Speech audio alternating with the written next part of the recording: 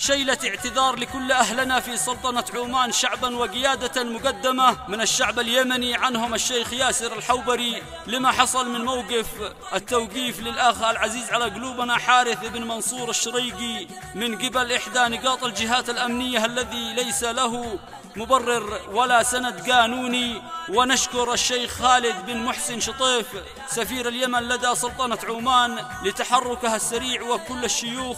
اليمنيين الذي تحركوا بموقف يرفع رأس كل يمني، فكان سرعة الإفراج عن صديقي السائح العماني حارث بن منصور الشريقي بصوت المنشدين خليل العسلي وباسل جعادة وتحت إشراف الأستاذ شرف المحجري.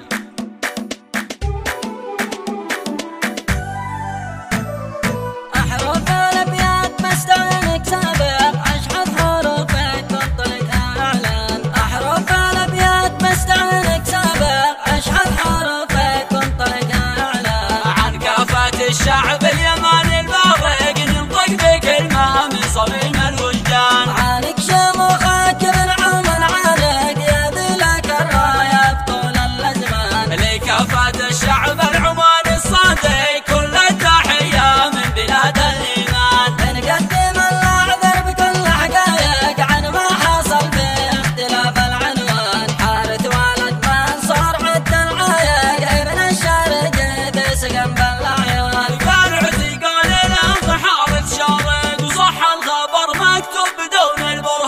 شعب اليمن ما يقبل أي خنادق فيه الأمن على مدار الأحيان، والله يا شعب عمان الفايق احنا وياكم كلنا كالأخوان، ما به ولا شي بيننا يتفارق لو تطلبونا من مزيج الشريان، تفداكم الأرواح وكل شقايق يا من لكم هامة فوق البنيان، باسم القيادة شعبنا المتوافق نرسل تحية خالصة للسلطان، راعي